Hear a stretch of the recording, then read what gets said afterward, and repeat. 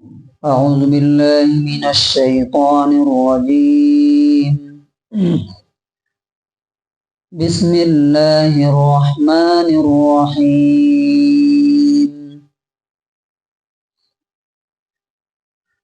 إن الذين كفروا لو أن لهم ما في الأرض جميعا ومثله معه ليفتدوا به من عذاب يوم القيامة ما تقبل منهم ولهم عذاب أليم. يريدون أن يخرجوا من النار وما هم بخارجين منها ولهم عذاب مقيم. سورہ مائدہ سورہ نمبر 5 آیت نمبر 36 اور 37. اس سے پہلے والی آیت میں آیت نمبر 35 میں اللہ تعالیٰ نے کامیابی کے لیے 3 پوائنٹس بتائے تھے. یا ایھا الذین آمنوا اتقوا اللہ، اے ایمان والو اللہ سے ڈرو. وابتغوا الیہ الوسیلہ، اور اللہ تک پہنچنے کا، اس کے قریب ہونے کا ذریعہ تلاش کر. تو یہ 2 پوائنٹ پہ بات ہو چکی ہے 2 دن. وسیلہ کیا چیز ہوتی ہے، صحیح وسیلہ کیا ہے، اور وسیلے کا غلط کانسیپٹ کیا ہے. وسیلے کا صحیح کانسیپٹ یہ ہے کہ اللہ اور اس کے رسول کے حکم پر انسان عمل کرے گا تو خود اللہ کے قریب ہو جائے گا.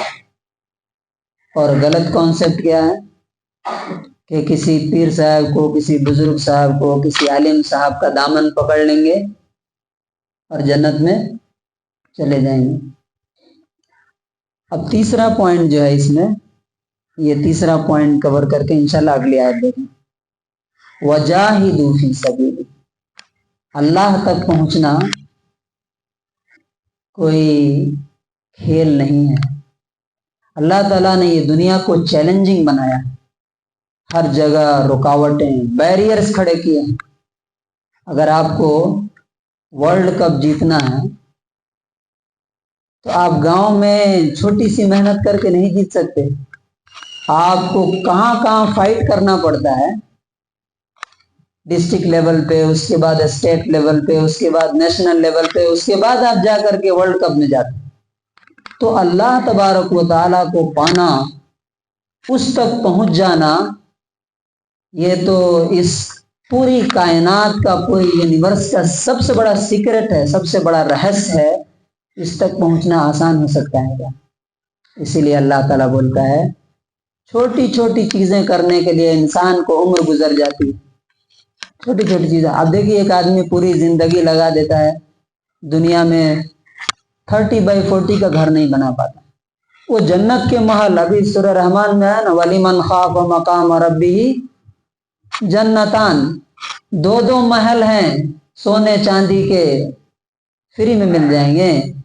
اس کے لیے اللہ تعالیٰ بولتا ہے کہ وَجَاهِدُوا فِي سَبِيلِ، اس کے لیے تم کو جہاد کرنا پڑے گا. اور جہاد کا مطلب کیا ہوتا ہے؟ الٹیمیٹ اسٹرگل، آخری کوشش. جتنا ممکن ہو سکتا ہے، جو کر سکتے ہو وہ سب تمہیں کرنا پڑے گا. جہاد کا جب ورڈ آتا ہے تو اس کا مطلب یہ ہوتا ہے کہ کوئی شخص سامنے ہے اور اس سے انسان کو مقابلہ کرنا، مقابلہ کر کے تب آگے بڑھنا. بہت سے لوگوں کو معلوم ہی نہیں ہے کہ ہمارے دشمن کون کون سے، جو ہمیں اللہ تبارک و تعالیٰ تک پہنچنے سے روک دیتے، پہنچنے نہیں دیتے، بیچ میں ہی ہم رہ جاتے. اسی لیے آگے اللہ تعالیٰ نے بولا کہ یاد رکھنا، اگر تم اللہ تک نہیں پہنچے تو قیامت کے دن زمین کے سارے خزانے بھی دے دو گے تو کیا ہوگا؟ ما تقبل منہم، ایکسپٹ نہیں کیا جائے. 5 ہمارے بڑے بڑے دشمن ہیں۔ ہر مسلمان کو، ہر ایمان والے کو یہ جاننا چاہیے کہ جہاد کس سے کرنا ہے، اسٹرگل کس کے خلاف کرنا ہے۔ معلوم ہی نہیں تو کرے گا کیا؟ اور اکثر لوگ نہ معلوم ہونے کی وجہ سے جہنم میں چلے جاتے ہیں اور جا رہے ہیں۔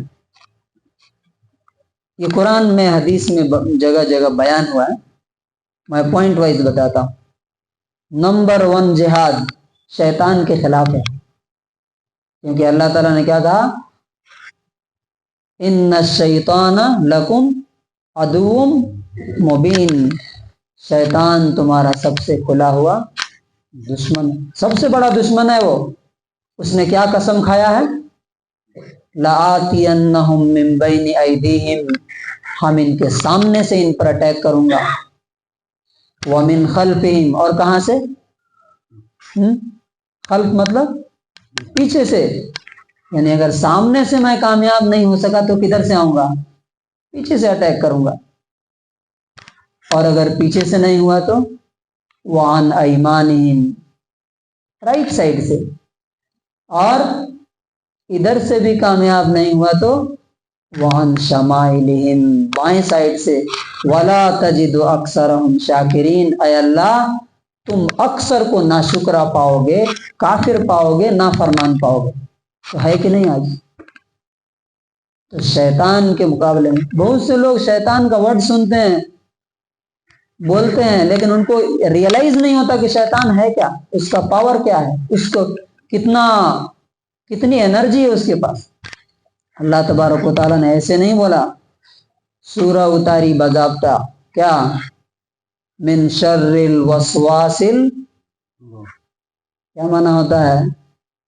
من شر الوسواس، سپرلیٹو ڈگری ہے یہ، وسواس، کانسٹنٹلی، لگاتار کیا کرتا ہے وہ؟ وسوسہ ڈالتا ہے۔ وسوسہ کا مطلب کیا ہوتا ہے؟ برائی کو اچھائی بنا کر کے پیش کرنا۔ جیسے آدم علیہ السلام کو بولا یہ درخت کھا لو، کیا ہو جاؤ گے تم؟ امر ہو جاؤ گے، اور ہمیشہ ہمیشہ کی زندگی، یا فرشتہ ہو جاؤ گے۔ تو شیطان مسلسل ذہن میں کیا کرتا ہے؟ وسوسہ ڈالتا۔ تو اس کے خلاف جہاد، جیسے ہی کوئی برا خیال آئے فوراً کیا ہو جانا چاہیے؟ الرٹ ہو جانا چاہیے، اعوذ باللہ من الشیطان الرجیم، کہ شیطان مجھے بہکانے کے لیے آیا۔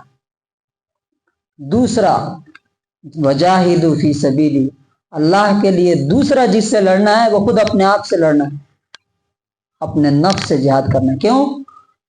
ان النفس لامارۃ بالسوء، نفس کس چیز کا حکم دیتا ہے؟ کدھر کھینچتا ہے؟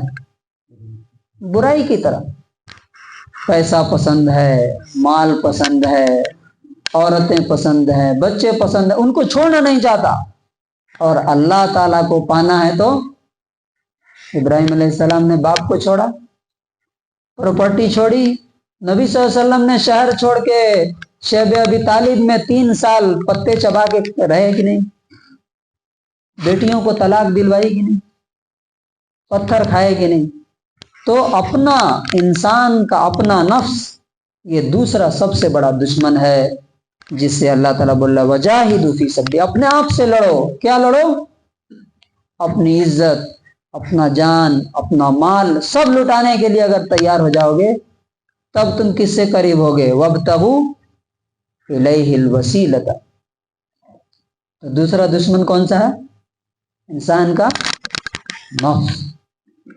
تیسرا، فیملی، خاندان، بیوی بچے۔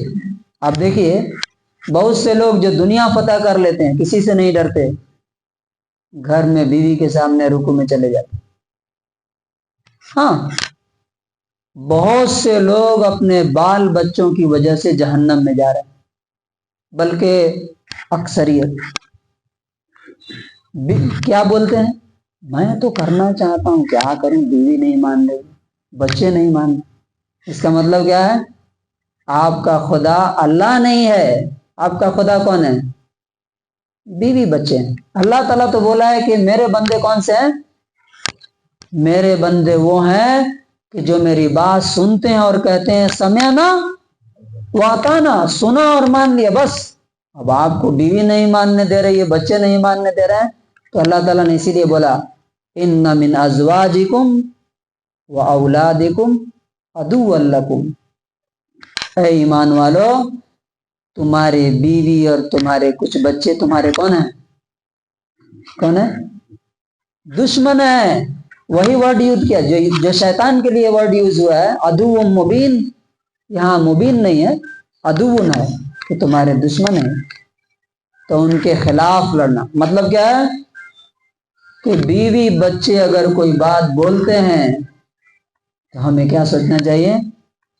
اگر یہ اللہ کے حکم کے مطابق ہے تب تو مانیں گے، نہیں تو یہ ہمارے کون ہیں؟